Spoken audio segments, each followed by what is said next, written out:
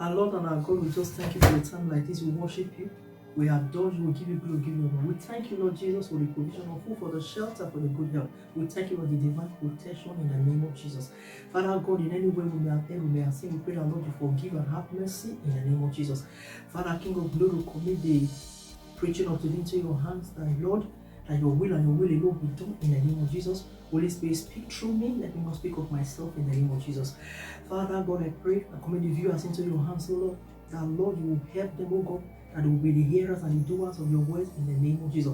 Precious Holy Spirit, we invite you, come and take your place in our midst in Jesus' name. We come against any form of distraction. We crush them in the name of Jesus. Thank you, mighty Redeemer, for answering our prayers. In Jesus' mighty name I pray. Amen. Shalom, God's people. How you all doing? I hope you're all keeping safe and sane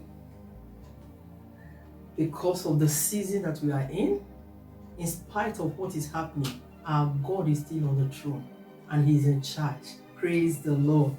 You are welcome to Moment of Sober Reflection with Lillian Abowome. This is a platform where God turns trashes into treasures. He turns our mess into a message. He gives us beauty for ashes, and He gives us the oil of joy for mourning. Hallelujah. I make videos about faith, marriage, relationships, and issues of life, all from a Bible perspective. Do not forget to like our Facebook page, subscribe to our YouTube channel, and click on the notification bell for more videos. And do not forget to share.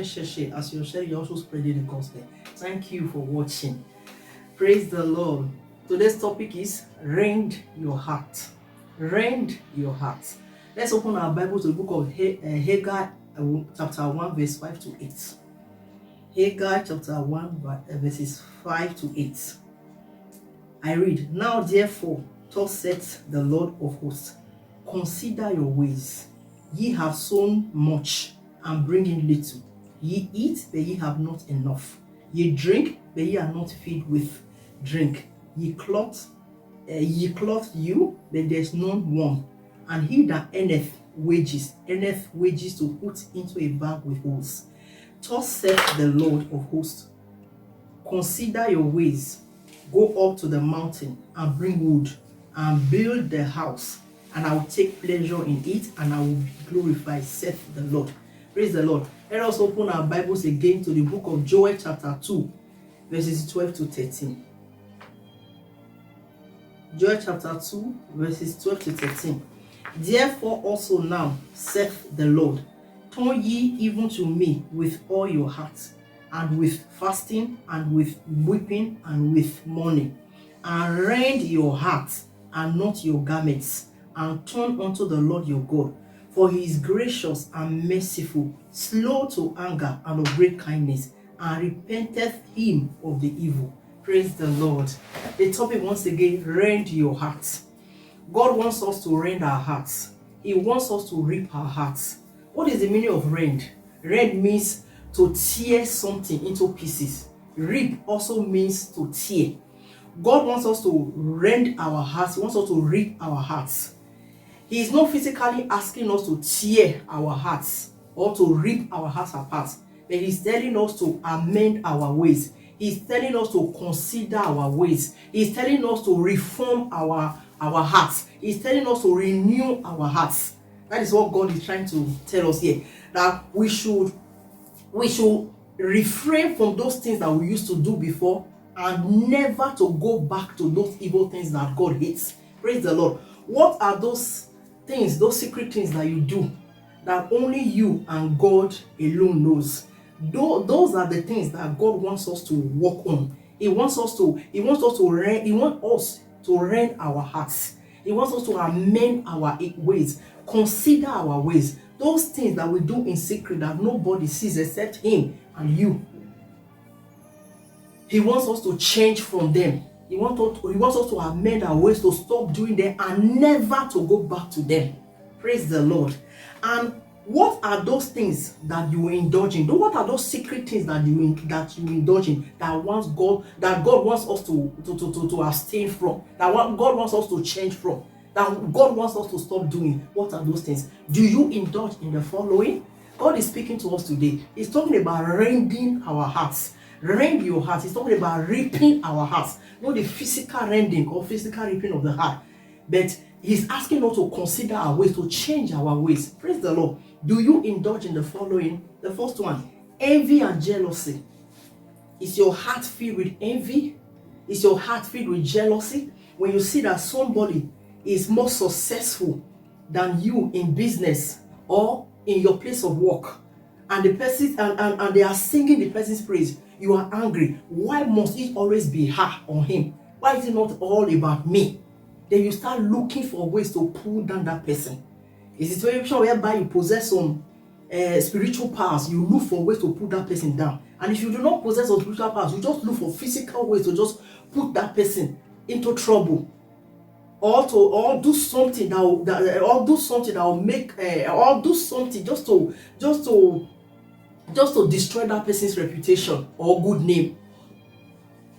Or are you the one that is envious or jealous of when someone has a successful marriage, he or she is happily married with children, living in their husband's homes or living with their wives and children, and you are angry? Why? Is it that I'm not yet married, but look at this woman, look at this man. He has a successful marriage, he has a beautiful family, and I don't even have. And then you start looking for ways to just cause confusion, to tear down that home. That is what God is talking to us today. He's telling us to change our heart. He's telling us to consider our ways. You sit on your bed planning evil on how to destroy that person because he's more successful in business, because he is more productive in the work he's doing in the office, or because the person is successful in their marriage.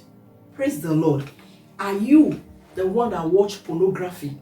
You have pornographic materials in your handset. You have them in your computer. You have them in your laptop or tablet, and you watch them and nobody knows. And you go to church. That is what God is telling us. We should amend our ways. We should change our ways. We should consider our ways. Praise the Lord. Are you the one that is involved in masturbation? You're involved in lesbianism and homosexualism, and nobody knows. Nobody from the church knows, but you do them in secret. You come to the church, you pray as the others are praying. You also engage in the things of God, but you are doing these things. You engage in masturbation, in lesbianism and homosexuality, and God is seeing you. That is why God is talking to us today. Those secret things, those secret sins in our lives, He wants us to deal with them before they deal with us.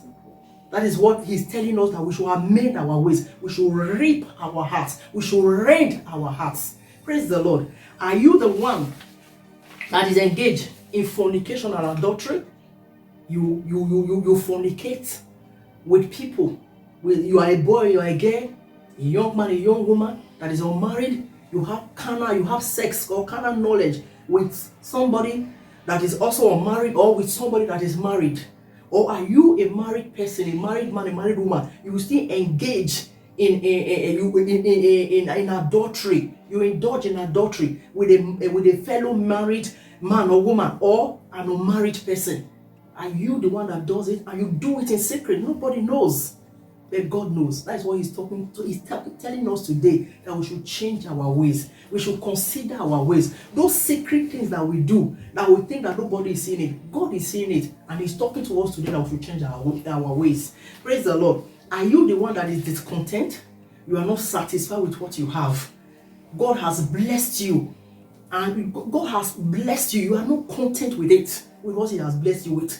You see somebody has bought a new car, has done a new thing. You are not, even if what that car the person has bought is more beautiful than your own, or is the new model that is in vogue. But so long as you have a car, you should be content with that. When we are content, God will bless us. When we are content with the little or the much He has blessed us with, He will so much bless us that we'll be amazed with what He will do when we are content with what we have. Contentment is of great importance. Are you discontent with what you have? You are never content with what you have. You do not appreciate what you have. God is speaking to us today. He's telling us that we should change our ways. We should amend our ways. Praise the Lord. Are you the one that is greedy? You are greedy. Greed has to do with excessive desire for wealth or profit. Desire for wealth or or profit. It's all about you. You want more and more. It's all about you. You are selfish. Greed is selfish desire. You do not think about others. It's just all about you. You just want that thing all for yourself. You do not think about others. Are you greedy? You only think of how it will be favorable to you. But you without putting others into consideration. How will thinking of will it also be favorable for the other for another person? No, it's all about me. It's all about you. That is what God is telling us today, that we should amend our ways. Are you greedy?